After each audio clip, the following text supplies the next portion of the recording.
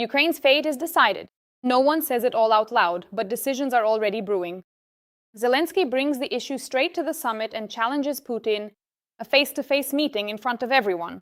What will the Kremlin's response be? What's being negotiated behind the scenes in Washington and Brussels? Is it all already decided? And that's not all. Trump, new signals from the US, and statements that have already shaken the world. The world holds its breath before decisions that could change the course of events. I'll tell you all about it in just a moment. Don't miss it. Greetings! This is Ukraine Today. I'm Volodymyr Zelenskyy, and here are the latest events. Under the cover of the G7, Ukraine's fate is being decided. Zelensky addressed NATO, the EU, and issued a new challenge to Putin. According to the head of state, Kyiv is already actively preparing for negotiations with international partners, and the main topic will be strengthening Ukraine's defense against Russian air attacks. But the loudest statement was made regarding possible negotiations with the Kremlin. Zelensky proposed a personal meeting to Vladimir Putin during the G7 summit, which is already being called one of the key international platforms of this year. In fact, Ukraine is once again demonstrating its readiness for diplomatic dialogue and finding ways to end the war. However, Moscow's reaction turned out to be predictable. The Kremlin did not support this initiative, which, according to the Ukrainian side, once again confirmed its unreadiness for real negotiations and the search for peace. Against this backdrop, the world's attention is focused on the upcoming international summits. It is there that decisions may be made that will determine the future of Ukraine, the volume of military aid, new sanctions against Russia, and further support for Kyiv from the West. Today, it is already obvious. Under the cover of the G7, NATO, and European Union meetings, more than just the continent's security is being decided. Ukraine's fate is actually being decided there. Will Kyiv receive new air defense systems? Will military support be strengthened? Will it be possible to force Russia to the negotiating table? The world may get answers to these questions in the coming days. And while the whole world holds its breath in anticipation of the G7, NATO, and EU summits, another extremely important piece of news has emerged. It seems key negotiations have already begun. Everything could be decided any moment now. Zelensky revealed details of his conversation with Trump. According to the head of state, one of the main topics was Russia's war against Ukraine and ways to end it.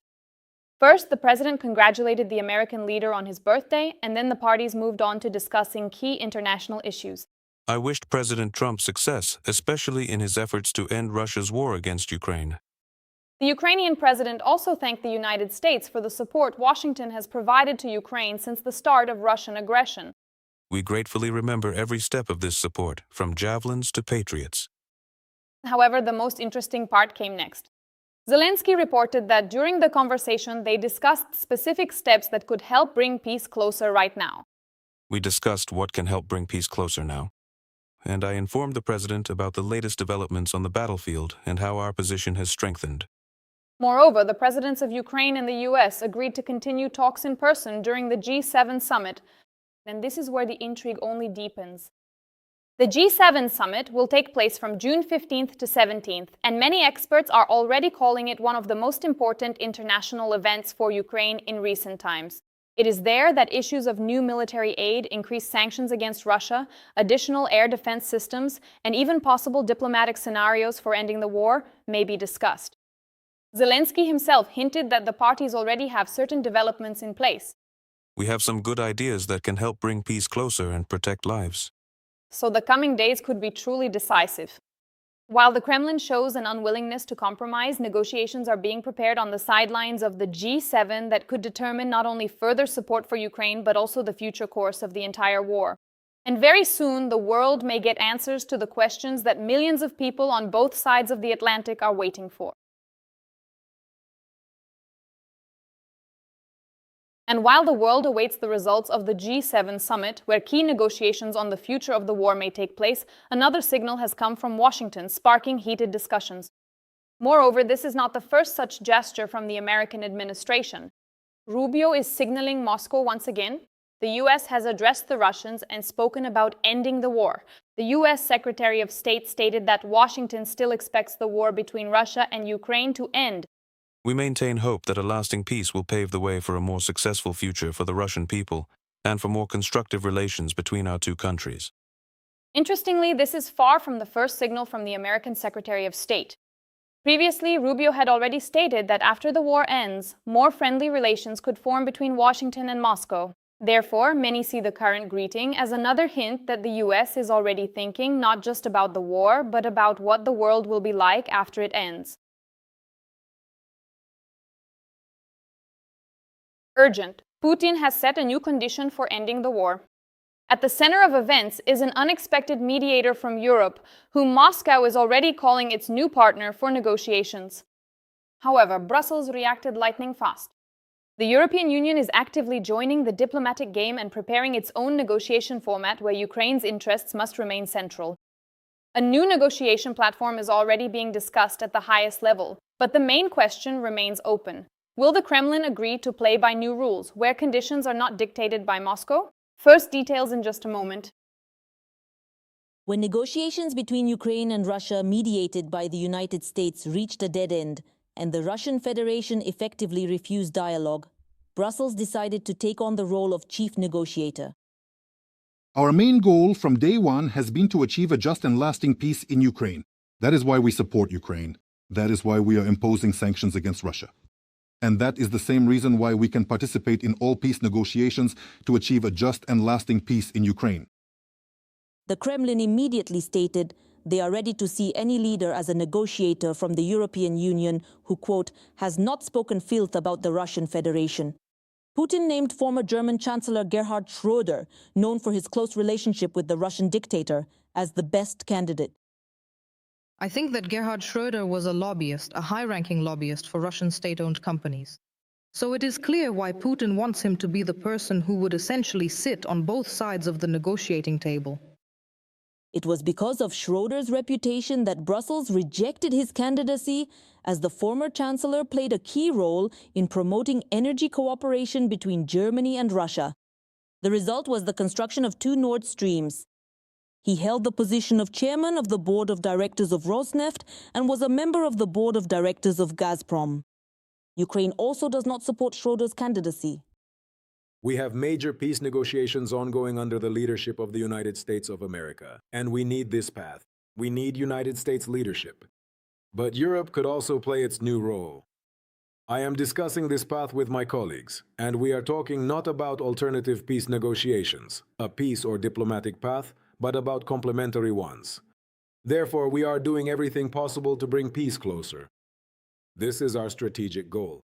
And Schröder is not suitable for it also because he still maintains a pro-Russian position. Earlier this year, he criticized the so-called demonization of Russia, the sanctions against it imposed by the European Union and Ukraine, and insists on the resumption of Russian energy supplies to Europe. And in Germany, they believe that Moscow, with Schröder, only wants to imitate negotiations. At the same time, Russia has no room for maneuver left. On one hand, EU sanctions strangling the Federation's economy and Europe's military support for Ukraine, and on the other, massive Ukrainian drone attacks on military and energy infrastructure inside Russia are forcing the Kremlin to the negotiating table. Putin is in a weaker position than he has ever been before. We can see that on the battlefield they are losing many lives. Dissatisfaction is growing within their society. That is why the deep strikes carried out by Ukraine have truly had a significant impact. Support for Putin's war is falling. In Brussels, Kaja Kallas, an experienced lawyer and diplomat, is seen as a likely candidate for the role of mediator in negotiations with the Russian Federation. Responding to journalists' questions, she noted that she would be able to see through the traps set by the Kremlin. First, the EU wants to agree on common demands for the Federation to start peace talks, as Moscow currently shows no readiness for constructive dialogue, only making demands of Ukraine. EU countries plan to develop a strategy in late May at an informal summit in Cyprus, and only then will they decide on a candidate for the negotiator. From Brussels, Anna Hrishina, We Are Ukraine, United News Marathon. How much is Russia capable of producing and launching every month?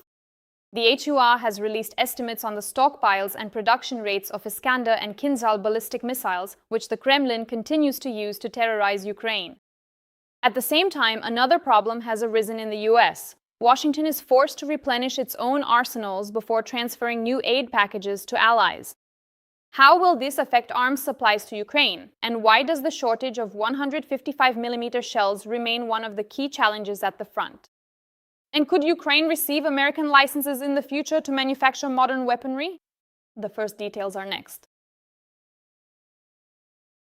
And while Ukraine is now essentially sounding the alarm over the situation with the procurement of air defense ammunition, you can't just blame it all on Israel, where supplies have indeed been redirected. The matter is much more serious, explains the man who was once responsible for supplies to allies. James Townsend worked at the Pentagon for 30 years. The peak of his career was Deputy Assistant Secretary for Europe, the very official who, if our top expert were still in office, would have been in charge of the FMS program, the project through which Europeans are currently buying weapons from the States for Ukraine. So Mr. Townsend will thoroughly break down in great detail exactly what is wrong and also explain what new threat, which has not yet been spoken of openly or discussed out loud, has now emerged on the scene. The first and most important conclusion is actually quite simple, but it is also very significant. Ukraine is not being given enough air defense, not because the countries involved do not want to provide it, but because they truly cannot, as there is simply nothing left to give at this point. Early May, the American Center for Strategic and International Studies, Washington's most authoritative body on weaponry, having united many retired top military officials, published a truly staggering report. The United States military reserve is currently so depleted that it will take at least 3 years to replenish it. And by some estimates, restocking military warehouse shelves won't be possible until 2029 or even 2030. And the greatest shortage is in the very systems Ukraine critically needs right now: Tomahawk cruise missiles and Patriot interceptors. Our top expert confirms this. That's absolutely correct, and it's concerning. In peacetime, we never really maintained large stockpiles of ammunition. It was difficult to justify. No one believed in a major war in Europe, and now we're reaping the consequences.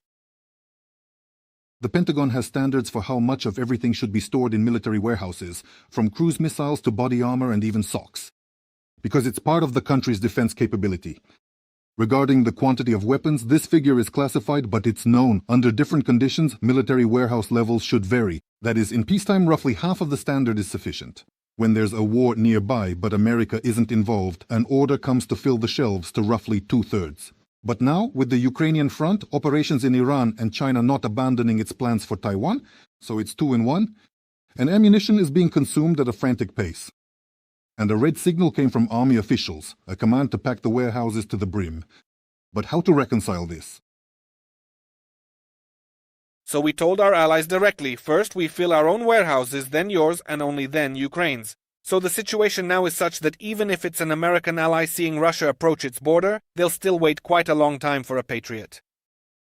The shortage is so severe that the Pentagon has already begun pulling ammunition even from the Indo-Pacific Strategic Reserve, the very one kept in reserve in case of a Chinese attack on Taiwan. It's a real shock now because weapons and missiles are needed there too, but ammunition is being pulled from the Taiwan region and used in the Iranian war. So it's no longer a matter of political will, as it was under Biden. It's a matter of depleting capabilities that won't be resolved in a week, a month, or even a year. But there's another threat that should be warned about right now: a shortage of artillery shells. This is public data. Depending on the intensity of the fighting, Ukraine consumes 4,000 to 8,155mm shells every day. On the hottest days, it reached as many as 9,000 per day. So, on the Ukrainian front, and that is without replenishing stocks, but sending everything that arrives into battle, at least 200,000 such shells are needed per month. And this is the American plant in Scranton, which throughout the years of war has been working almost exclusively for supplies to Ukraine. They hired additional workers here. They work in 3 shifts, but still, this and other American enterprises altogether produce about 100,000 such shells every month. Yes, it is almost 3 times more than it was at the start in 2022, but twice as less as Ukraine alone needs. A shortage of this ammunition will mean that Ukrainian artillery will not fire back at Russian positions, will not stop an infantry attack, and will not perform counter-battery work. This is even more serious than interceptor missiles. The shortage of 155mm shells is actually serious, and this is what should be in the headlines. It would seem that producing them is not difficult. They are not as sophisticated as missiles for Patriot, but the scale has not been established either at American factories or at European ones. Manufacturers say, we can make so many per year and no more. In the West, everyone knows this, meaning they look at the situation with their eyes wide open. The arithmetic of war is ruthless. Even if you give Ukraine everything the Pentagon produced in 30 days, Ukrainian artillery will burn through it in 2 weeks. Europe has promised an additional 1,300,000 shells per year. It sounds loud, but it is about 3,500 per day, which is less than the Ukrainian front burns in 1 day. But both the Europeans and the States must keep shells for themselves, for their own warehouses, for allies, for Taiwan. In the Pentagon, concern specifically about artillery ammunition has existed for years, even under the Biden administration, when large volumes were actively supplied to Ukraine. Bureaucrats began to raise alarm flags. Now these flags are already red. How to fix everything? Lack of capacity? Well, then let us produce it ourselves. Poland, the Dezamet plant in the city of Nowa Dęba. One of the enterprises that is about to pick up a new contract. About a week ago, Polish Deputy Defense Minister Cezary Tomczyk confirmed Warsaw received preliminary permission from the US State Department to localize production at Polish plants of PAC-3 missiles, interceptors for the Patriot system, the same ones that Zelenskyy asked the White House and Congress for in a letter last week. And they are not starting from scratch. The first batch of launch tubes for these missiles has already been produced at the plant in Łódź. Launchers for Patriot systems at the Huta Stalowa Wola enterprise in partnership with the American Raytheon. That is, we are talking about the phased localization of the entire cycle from components to whole missiles. And simultaneously with PAC-3, the US gave preliminary permission for the production in Poland of 2 more American systems, ammunition for HIMARS rocket launchers and Hellfire missiles. European allies are currently trying to fill the gaps or are preparing for those supply problems that they perfectly understand will still arise. And these are attempts to build up stocks of not only ammunition, but also entire Patriot systems, long-range artillery, everything they know they'll need soon. Is there an opportunity for Ukraine to follow the same path? Yes, but as always there is one catch. Because what Poland achieved and what Ukraine is asking for are, as they say in Odessa, 2 big differences. Warsaw received the right to cooperate on manufacturing on its territory under the technical control of American business. Ukraine, on the other hand, is asking for a full license and full cycle production. And here, the United States fears both the leakage of secret technologies and that Ukrainian factories will become the first targets of Russian strikes. The manufacturers are effectively monopolists, and sharing the license is not profitable for them. However, the main problem is political because as long as Kyiv depends on supplies from Washington, the White House has a serious lever of influence, to give or not. And with its own production, this lever is much weaker. Ukraine is becoming less sensitive to how the political weather in Washington changes. But these are all obstacles that can be bypassed step by step, as the Poles did.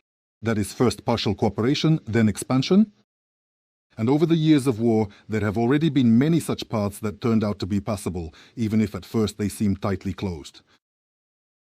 From Washington, Dmytro Onopchenko, Serhiy Koval, American Bureau of Inter-TV Channel, United News Marathon. And how do you feel about such events? Write your opinion in the comments, hit the like button under the video, and stay up to date with the main things. Ukraine Today follows the most up-to-the-minute news and informs you first. So, see you in the next story.